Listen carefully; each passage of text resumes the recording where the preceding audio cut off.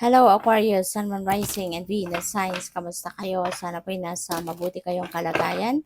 Welcome back po sa Star Tarot. At kung bago kayo rito, welcome din po kayo. Please subscribe, like, share my videos, and leave me a comment kung naka-resonate po kayo. Thank you. So, first card, Voice of Truth. Stand strong. Okay? Focus on your purpose and release the fear of persecution and speak your truth. Yeah, walang masama, 'di ba, sa pagsasalita or sa pagpapahayag na kung ano ang totoo, kung ano yung totoong nilalaman ng isip at ng puso ninyo. So that is the most important thing kasi yung pagiging totoo mo sa sarili mo, yan ang magpapalaya sa iyo. Yung pagiging totoo mo sa sarili mo, yun ang magdadala din sa iyo sa iyong tagumpay, 'di ba? Sa inyong peace, no? Which is the most precious thing in the world, 'di ba? Para sa sarili mo yung kapayapaan. Kasi yung kapag meron kang peace, hindi mo yan mabibili. Walang monetary value yung peace, 'di ba? Kaya parang may tuturing mong treasure yung pagkakaroon ng peace kasi walang tumbas na pera yon, no, na amount of money. So yun, so just focus on your purpose, speak your truth, at stand strong, manindigan ka din sa kung ano yung totoo, kung ano yung gusto mo, ano yung saloobin mo, ano yung iniisip mo, 'di ba? Panindigan mo. So we have Odin, Psychic Insight. Your third eye is open, Aquarius. See truth for what it is and follow your intuition. Okay? So parang heighten ngayon yung inyong mga intuitive abilities, yung inyong psychic abilities, no? Kaya there could be a lot of psychic insights, downloads of information, inspiration, maaring merong mga papasok na ganyan sa iyo kasi nga bukas na bukas yung inyong third eye.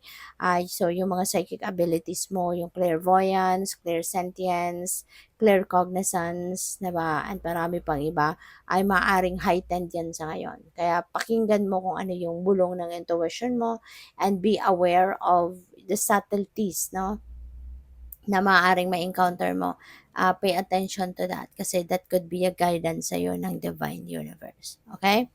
So, we have sacred self, unleash your spirit, express your gifts, and dance to the sacred rhythm of life. Ayan, express your gifts. No? Isa na sa mga gift ninyo is yung psychic gifts, yung mga psychic abilities ninyo, yung mga intuitive abilities ninyo. Those are just a few of the psychic gifts, no, na binigay sa inyo ng divine, yung spiritual gifts, I mean, nabigay sa'yo ng divine universe. So, unleash your spirit. Okay? Express mo yung sarili mo. Express mo yung gusto mong sabihin, gusto mong gawin. Embrace your gifts, 'di ba? Kasi it's about time na para anuhin mo to, isabuhay mo, gamitin mo, isabuhay mo. Okay? So, tignan natin kung ano pa ang mga messages para sa iyo. And by the way, maraming salamat muna for subscribing. And if you haven't subscribed yet, subscribe na kayo. And also, maraming salamat din for not skipping the ads. Malaking bagay yan sa akin. And also, please click the join button sa baba ng video kung gusto niyo na mag-join kayo sa membership. Okay? Salamat po. So, we have surrender to non-action. And now is the time to be still and not act. Simply breathe and focus on your own power. Let others come to you. Okay? So, parang ngayon, it's about time na for you to just connect with yourself. Connect with your intuition. Focus lang muna kayo ngayon sa pagdinilay-nilay siguro, pagmumuni-muni, 'di ba? Connect with yourself muna sa ngayon. Huwag muna yung parang it's time for you to put yourself in solitude and stillness. Okay? Pahinga lang muna, 'di ba? So, what else? We have surrender to silence, no? So, maaring ito ngayon, at talaga yung ganap ninyo, no? Yung parang tahimik muna, pahinga muna, focus lang kayo sa pagko-connect sa sarili ninyo, yung ganon. In quiet meditation or contemplation, let go and enter the stillness within. Silence can heal and replenish you. Okay? So, maaring ito na, binibigyan mo na ng pagkakataon ng sarili mo dito to focus on yourself. 'Di ba? Maaring kakamustahin mo din yung sarili mo ngayon.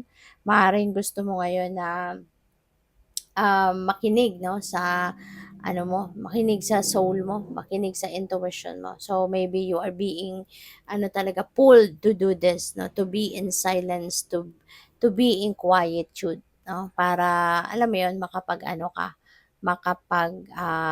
nilay-nilay, makapag reflect. So we have surrender negative thinking. You have control over your thoughts. When negative thoughts surface, say thank you for sharing and quickly refocus on positive affirmations. Okay? Kasi mas makapangyarihan tayo, 'di ba, sa isip natin. Kaya kung ano man yung kunyari, mga negative thoughts na pumapasok, 'di ba? Kayang-kaya ninyong anuhin 'yan, i-transmute 'yan into something positive kasi you are powerful than your than this negativity, 'di ba? So, i-transmute nyo agad into something positive, 'di ba? Mag-positive affirmation agad kayo kapag merong mga negatibong thoughts na pumapasok sa isip ninyo. Okay? Surrender to passion, get out of your head and feel the fire in your belly. Focus on the people or activities that ignite your passion and let it flow. Okay? So just let it flow. Kung ano yung passion mo sa ngayon, ano yung sa tingin mo will be exciting for you, do it. Okay? Focus on that. All right? And let it flow. Express it. Kumbaga. Okay? Huwag mong itago yan. Huwag mong pigilan yan. Diba? Express it. So we have surrender to play. Take a break from overthinking a goal. Do something fun. Play is a time of recreation and rejuvenation. So, yun. Yung yung non-action ninyo, yung pagninilay-nilay ninyo, pagmumuni-muni ninyo, yung ganon. At sabayan ninyo, no, ng pag-unwind, pagpa-play, that is perfect.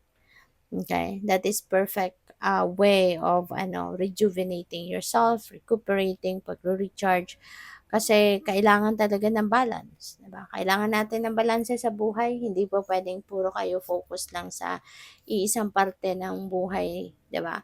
Yung puro trabaho lang, puro lang obligation, responsibilities ang gagawin natin, aatupagin natin, that is not going to give you a balanced life.